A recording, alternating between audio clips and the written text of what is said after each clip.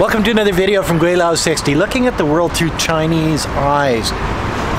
Can we actually understand what a Chinese person thinks, feels, and sees through their own eyes? Through the ages, the Chinese have been discriminated against like no other society in history. Discriminated against in the past, in the present, and probably going on into the future. They were looked at as subhuman. They were looked at as collateral at times. They were looked at people that they didn't want into their country, head taxes and exclusion acts. They were looked at as people that could only do menial labor. Sure, you can pay to come into our country, but you can't work as a professional, a doctor, a lawyer, anything like that, because you're not good enough. Okay. How did the Chinese see that? And how do they see it today? As a Westerner, most people don't understand who the Chinese people are, what they think, how they think, what they've been through, their history. You know, they don't know a lot about China, because China, up until 1978, was sort of locked behind an iron curtain, or the Great Wall of China, or whatever you want to call it. So it's only been over the last 40 or so years that they've actually opened up and had people like me coming in and seeing what goes on around in this country. After being discriminated against for centuries, you'd think the Chinese would be better. I don't see that. I've been here in China for about 18 years, married a Chinese girl, and I get treated with utmost respect from just about everybody in this country. It doesn't matter if there's somebody that sweeps up garbage on the streets or somebody that's a high-level executive. They all treat me with respect. I would imagine in the West, if a whole world treated me and my ancestors with disrespect for centuries, I would have animosity and hate in my heart that I would not give them the time of day, or I would tell them where to go and how to get there every time they wanted something from me or wanted to invade my space. Chinese aren't like that. I think they're better than that. Looking at the world through Chinese eyes, what does a student think when they start into grade school? Major competition. And what does a student think when they hit high school? Major competition. University, same thing. First job, same thing. Executive positions, same thing. They see competition as something that they have to deal with on a daily basis. So what happens when a Chinese person decides that they want to move abroad, immigrate to another country? Do they stop that competition in their mind? No, because it's being bred into them. They're looking at the world through Chinese eyes. When they end up in a place like Canada or the United States, and they're looked at differently, they don't get the jobs that they're trained for. They don't get the promotions in the companies. They get sort of set aside. And what do? They start their own companies. Yes, they do. Compete, because that's what they've been taught to do.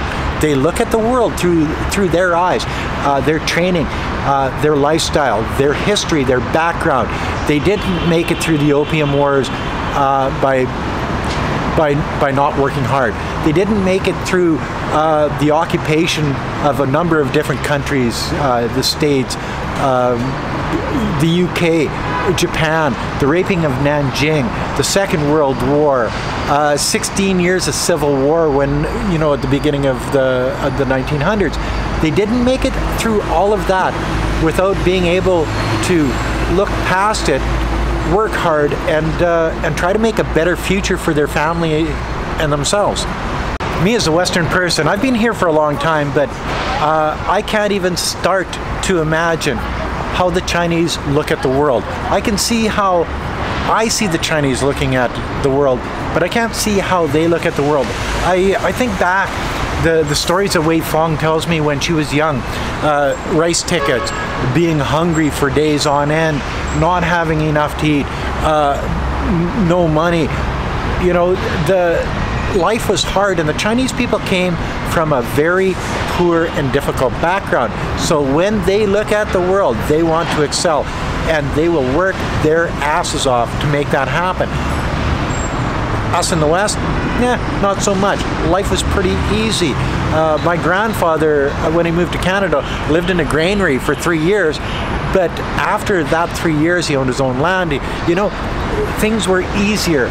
Here, there's 1.4 billion people. Competition is fierce. You have to be able to work hard and be well educated and intelligent to float to the top.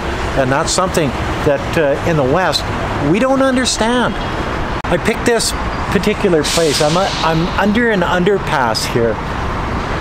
All of these roads, all of these buildings, everything that you see in the background here, 5 years ago, wasn't here. This is all farmland. Seriously, the Chinese know how to go forward. They see their country as something that they have to improve. If they don't, they will fall behind, and they have been behind in the past, and they never want to go back there. Going from one of the poorest countries in the world to the second richest country in the world in a matter of 40 years. Simply amazing. That doesn't happen without hard work.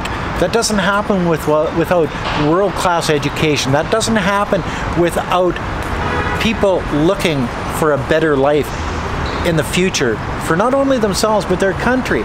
And I know there's a lot of people out there that say, well, you know, China brought 800 million people out of poverty in the last 20 years, but if it wasn't for the communist government, they wouldn't have been in poverty.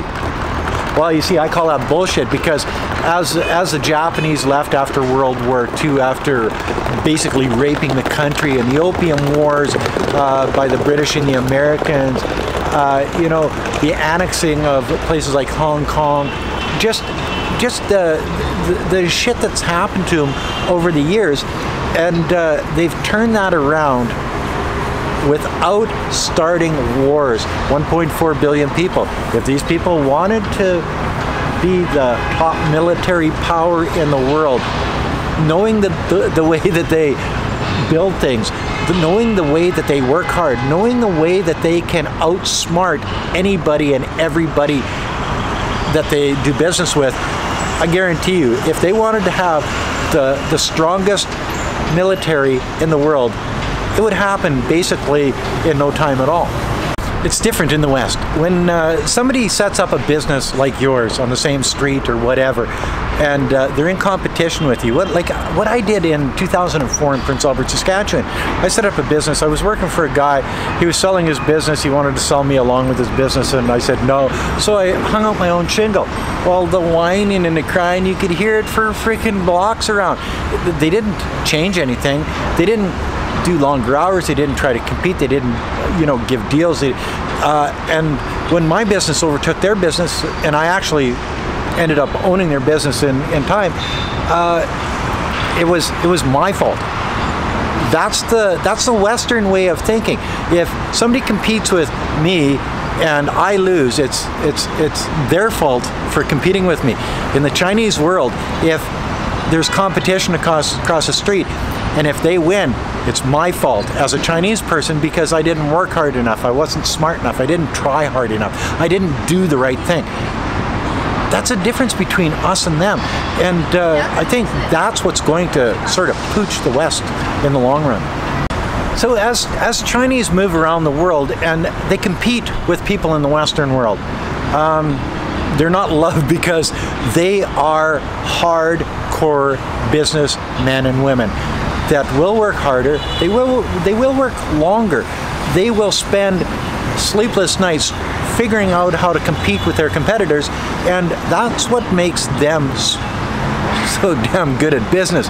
And that's what makes this country an amazing place to live, because it's not just one, it's all of them are exactly the same way when it comes to competition, because they've been trained this competition thing from day one when they started school. And there's people out there that say, well, if you like China so much, if China's so good, why don't you just stay in China?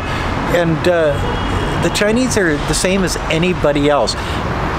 there's a certain percentage of the population that's going to say, well, the grass is greener on the other side of the fence. And, you know, and that's just the way it is.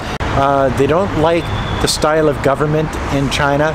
They don't like the high population. They don't like the competition. They don't like, you know, there's always people that think the grass is greener on the other side of the fence. And for them, maybe it is. But when these people move abroad, you better believe they're taking that competition mentality with them.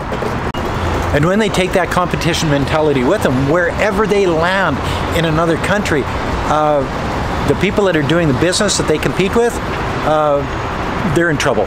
Well, not really in trouble, but they have to step up their game because that competition is going to be there. And I think that's where a lot of Chinese get a really bad rap in the Western world, is because they are so good at business.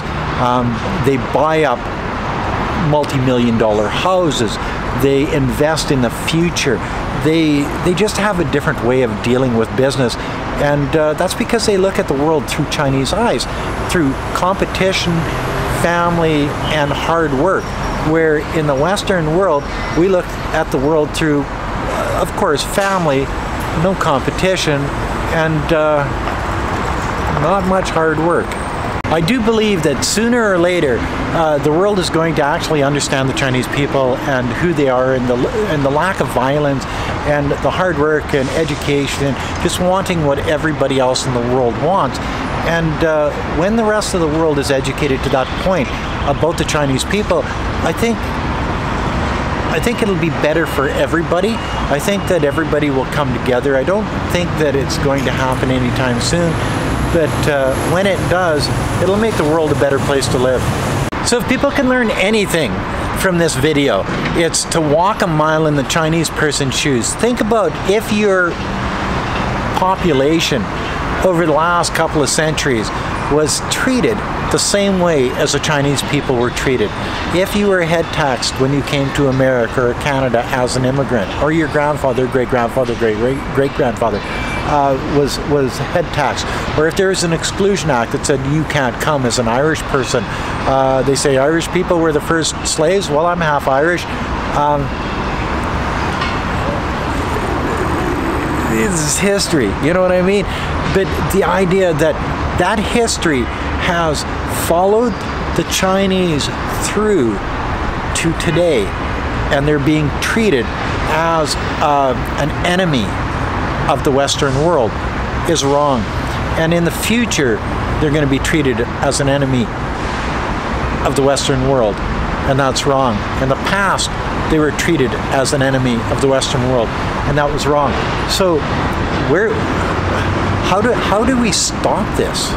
And maybe the rest of the world, through hard work, understanding, and humility, sooner or later, can understand how the Chinese people think, how the Chinese see the world through their eyes, and they can develop a country like China that came from a poor place to a very rich place in a matter of 40 years through, as I say, hard work, education, humility, just dealing with what they have to deal with and not worrying about the world out there, dealing with the world here in their home country.